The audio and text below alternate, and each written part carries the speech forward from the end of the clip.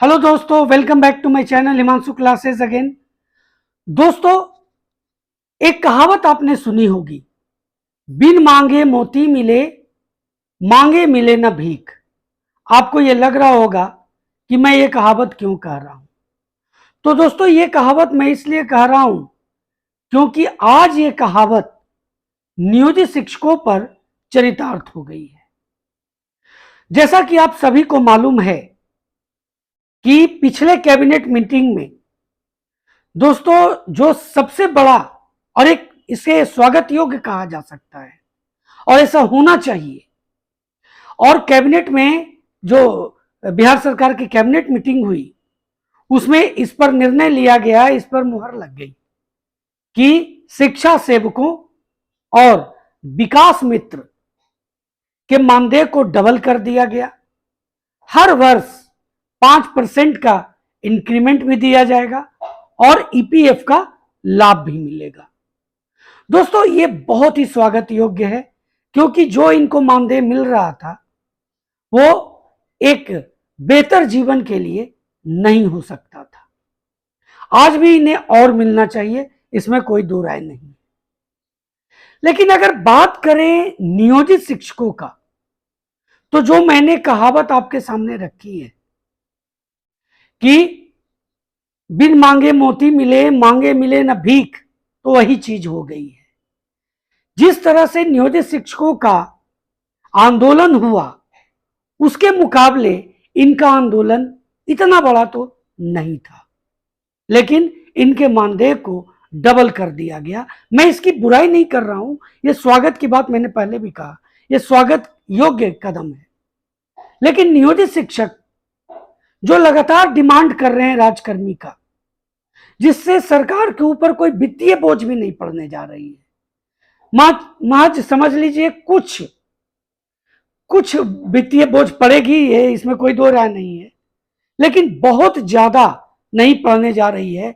जो मांग था नियोजित शिक्षकों का समान काम समान वेतन का, जिसको लेकर के सरकार ने सुप्रीम कोर्ट में हाथ खड़े कर लिए थे कि इतनी ज्यादा सैलरी देने का हमारे पास कैपेसिटी नहीं है, तो आज तो बिल्कुल नियोजित शिक्षक सिर्फ राजकर्मी का दर्जा मांग रहे हैं, वो उन्हें नहीं दिया जा रहा है।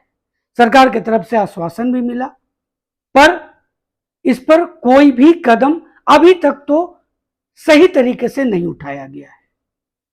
तो दूसरी तरफ शिक्षा सेवकों और विकास मित्र के मानदेय में सीधे डबल उनका 100% वृद्धि कर दिया गया। इसमें बहुत ही बेहतर कदम है। एक बार फिर मैं कह रहा हूं, एक अच्छा और स्वागत योग्य कदम है। लेकिन क्या नियोजित शिक्षक के बारे में सरकार को नहीं सोचना चाहिए? जैसा कि थंबनेल में जो दो महत्वपूर्ण विषय आपके बीच में रखा और उसी को देख करके आप ये वीडियो देख रहे हैं कि क्या नियोजित शिक्षकों का भी जो वेतन है उसमें वृद्धि कर दिया जाएगा या फिर उन्हें राजकर्मी का दर्जा दिया जाएगा। और एक बात मैं और कह दूं, क्या ये दोनों नहीं मिलेंगे?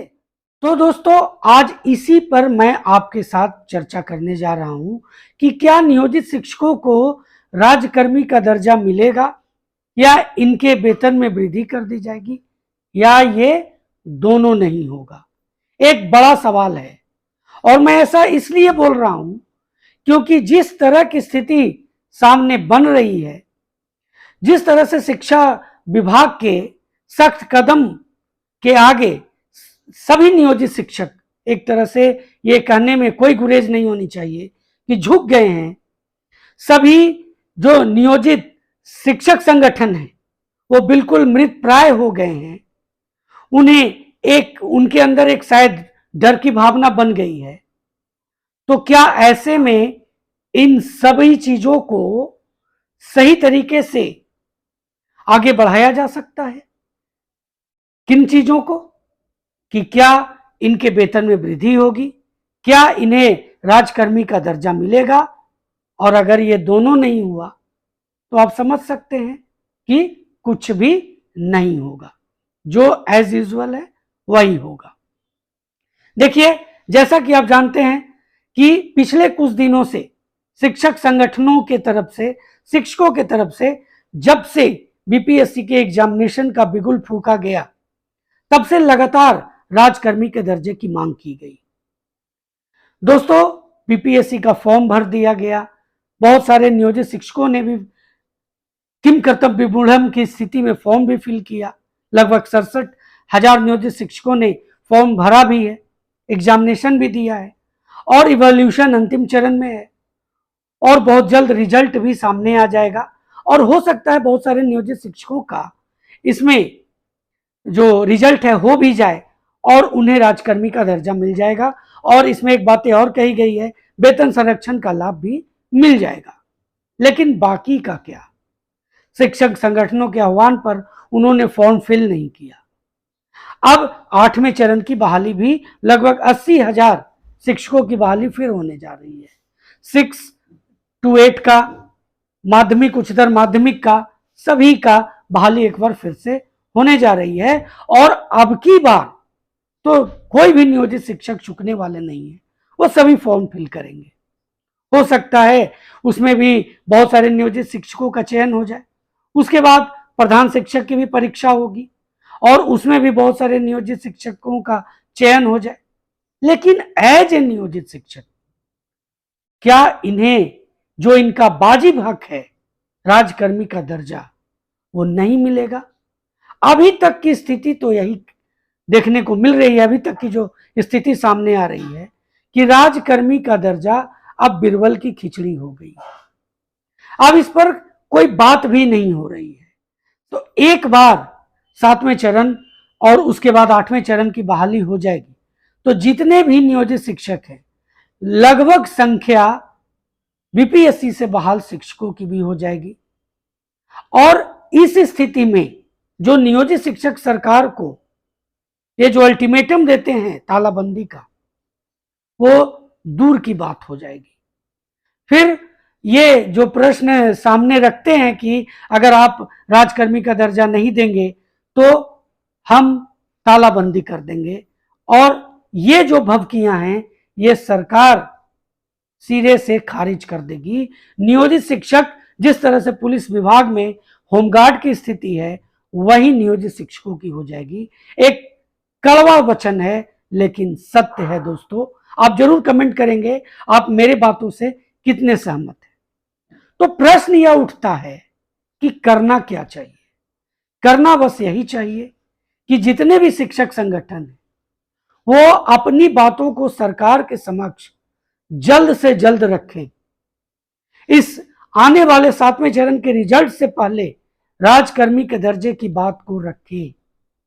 सभी नियोजित शिक्षक इसके लिए अपने संगठन पर दबाव बनाएंगे, तभी कुछ होगा, वरना कुछ भी नहीं होने जा रहा है। अब जिस तरह से, जैसा कि मैंने थंबनेल में भी ये बातें लिखी कि क्या नियोजित शिक्षकों का वेतन में वृद्धि होगा, क्या राजकर्मी का दर्जा मिलेगा, इस आधार पर, क्योंकि एक तरफ से शिक्षा सेवकों और विकास मित्र के मानदेय को बढ़ा दिया जाता है, सीधे डबल कर दिया जाता है, लेकिन नियोजित शिक्षकों का कुछ भी नहीं हो रहा है। ये एक बड़ा प्रश्न है और ये कैसे होगा, कब होगा, ये आने वाले समय में तय हो जाएगा, ये कोई दो राय नहीं है। लेकिन जब तक कर्म नहीं होगा तब तक फल कैसे मिलेगा? और कर्म करना है इन नियोजित शिक्षक संगठनों को और इन पर दबाव बनाना है नियोजित शिक्षकों को, तभी इसका परिणाम बेहतर हो सकता है। नहीं तो 8वें चरण के लिए तैयार रहिए। 7वें चरण के रिजल्ट आएगा, उसमें 67,000 नियोजित शिक्षक में कितने सफल होते हैं ये भी पता चल जाएगा। उसके बाद प्रधान शिक्षक की बहाली होगी, वहां भी 40,000 नियोजित शिक्षकों का चयन होगा। तो इस तरह से एक रास्ता ये बचता है। अपना खुद का कोई अधिकार नहीं मिलेगा जब तक आप सचेत नहीं होंगे, अपनी बातों को सरकार के पास नहीं पहुंचाएंगे। आज इस वीडियो में मैं आपके बीच यही संदेश लेकर के उपस्थित हुआ। दोस्तों, आपको ये वीडियो कैसा लगा जरूर कमेंट करें, लाइक करें और शेयर करें। सब्सक्राइब करना बिल्कुल भी न भूलें। तो दोस्तों मिलते हैं अगले वीडियो में, तब तक के लिए जय हिंद।